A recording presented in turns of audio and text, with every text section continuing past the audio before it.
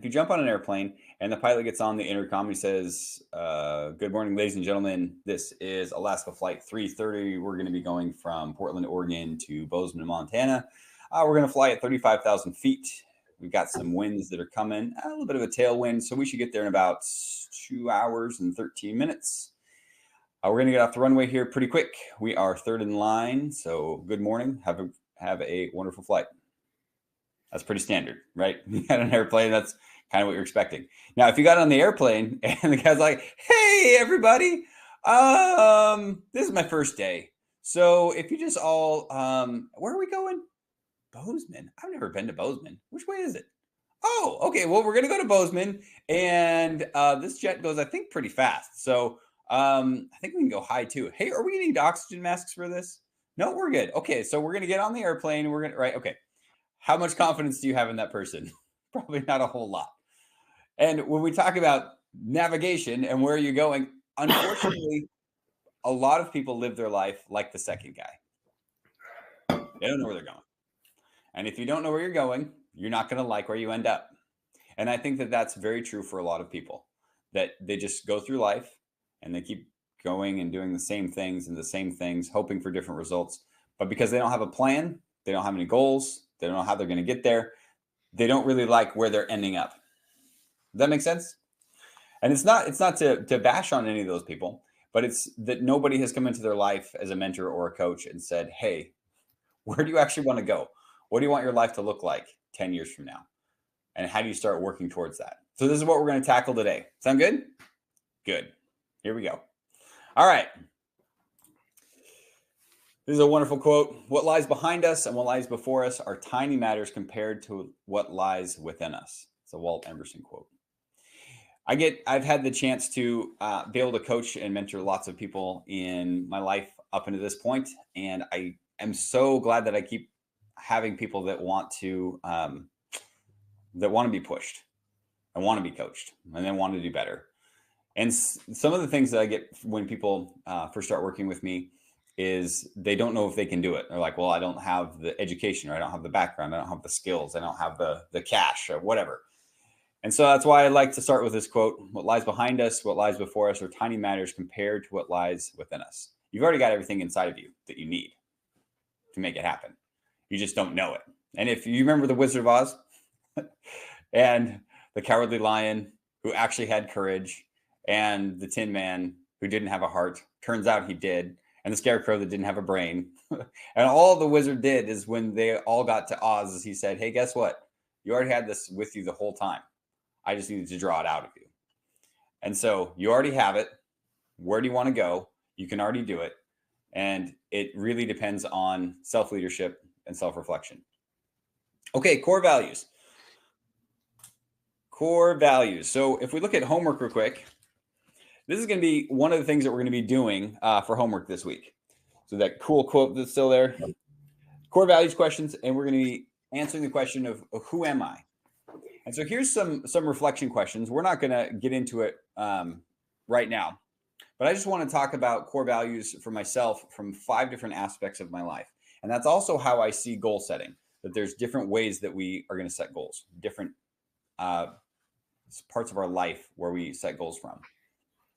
So these are core values that I put together in 2015. This is me. I've got the center of faith for myself. That's my spiritual core. And then family, freedom, generosity, leadership. Those are kind of the 5 main things that dictate how my life is run. And they are all interconnected. But when I look at life through core values and through goal setting, I look at it in these different categories. Spiritually, how am I doing? Emotionally, socially, financially, physically. And having core values and goals that match those core values. So here's some self-reflection questions. Again, we're not going to get into these right this second. But the idea is that we want to have something that we can start with as we start creating our own goals and our own growth plan. Questions like, what's important to me? A lot of people say family is important to them. Family is very important to me. What does a perfect day look like? I was on a trip with a coworker, and we were talking about this one day. I'm like, "Yeah, what is a perfect day? Like, if you could just wake up one day, what is the perfect day? And I get to ask my son that every now and then. And for my son, he's like, we wake up and we go snowboarding. I'm like, okay, then what? He goes, that's it. I'm like, well, we can make that perfect day happen, buddy. We can get up and go do it. What do you spend your free time on? What do you enjoy doing? If there was no limitations to life, what would you do? I got asked that question in high school. If you had all the time and all the money in the world, so every resource you needed, how would you live your life? Which is different. It's a different question than what you would do, right? What you would do is a question that has to do with career and vocation. But how would you live your life is, what are the things that are driving you? And if you had all the time and money in the world, what are those things? What would you be doing? I like asking people that question when I get on airplanes. And I've had some interesting answers. Probably the most interesting is I sat next to this guy and we were just chatting. And I said, yeah, so, what would you do? Like, what would you do if you had no limitations, all the time and money in the world? And he's like, nobody's ever asked me that. I was like, oh, okay, well, what have you done so far? He goes, well, it's like, I'm an underwater demolition specialist.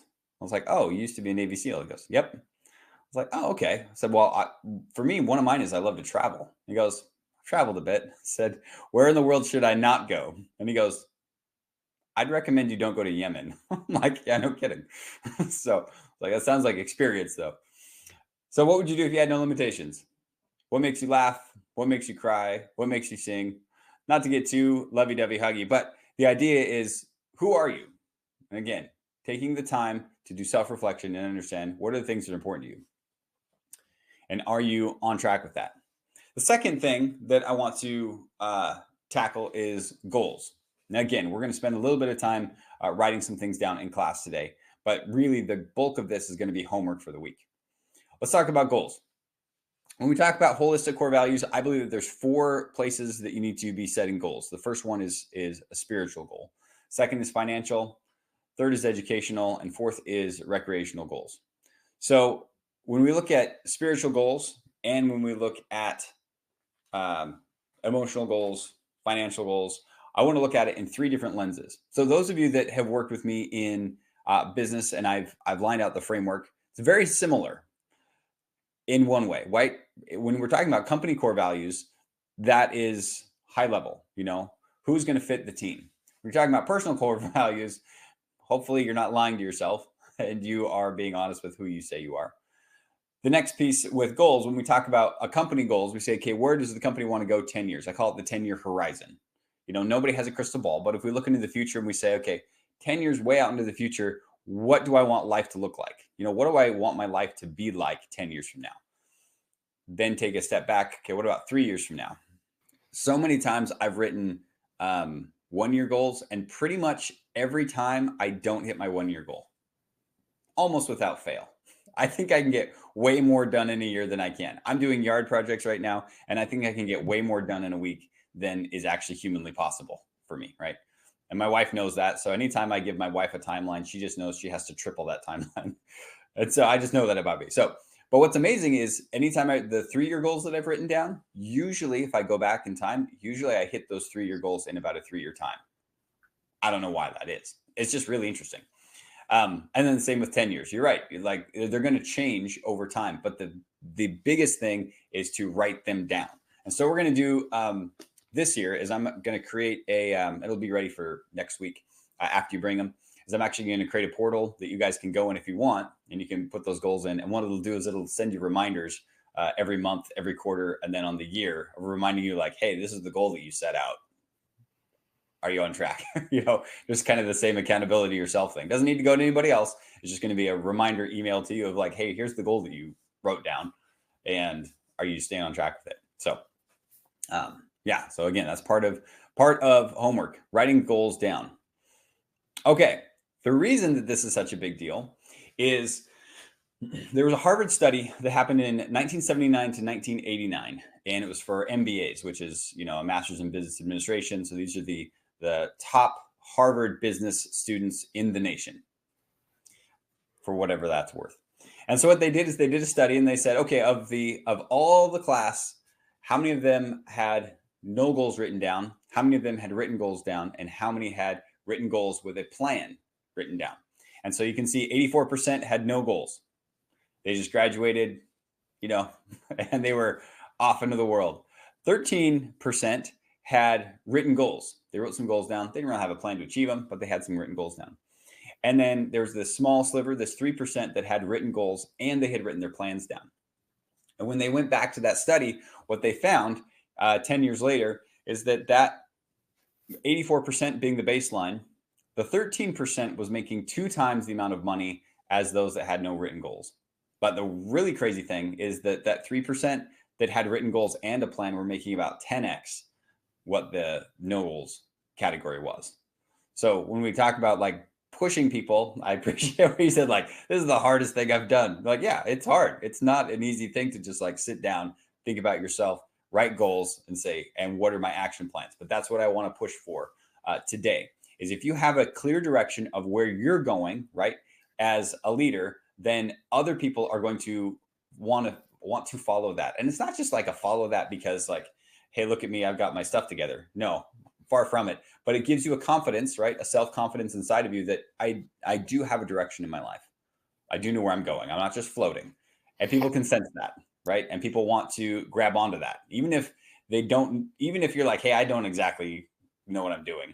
I'm still figuring this out like the rest of us. But the fact you have some written goals, concrete plans, you're pushing forward in a very intentional way. And the reason I talk about like creating this inner circle is because when you have goals and ambitions and the 3 sources of input, I heard somebody say many years ago, and every time I think about it, it rings more and more true, is that who you are 5 years from today is going to be based on 2 things. It's going to be based on the books that you read and the people that you hang out with.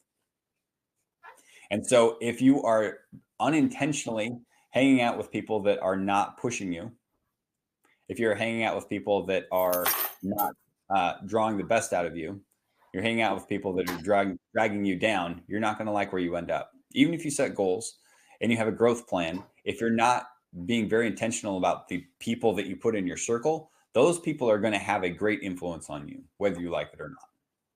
It's true for everybody.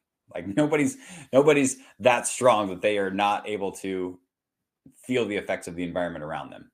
So what are you reading? Who are you listening to? What are you listening to? So as you're going through this and you're creating goals, 10-year, 3-year, 1 year for those 4 different categories, and you're talking about your inner circle, about writing down ideas like who are some mentors out there that you could talk to about this, who are some coaches, who are some teammates. And we talked about the 3 sources of input, right? What are you reading? Who are you listening to? And what are you listening to? So the idea with the growth plan is to give yourself a concrete plan of attack to start putting some things together. So when we talk about, financial, probably the easiest one. So we say, okay, financial goal. We say, okay, financial goal in the year. What is a book that I could read that is going to get me towards that? Well, people have different financial goals. Let's say that your financial goal is to get out of debt. There's lots of great books out there. Dave Ramsey's got some great stuff on if you want to get out of debt. And if, let's say you have a financial goal and you want to flip real estate. Well, there's real estate books out there, right? And go find that. So the purpose of this is to empower you to do some homework and say, okay, what is a book that I need to read on, financial goal that I have?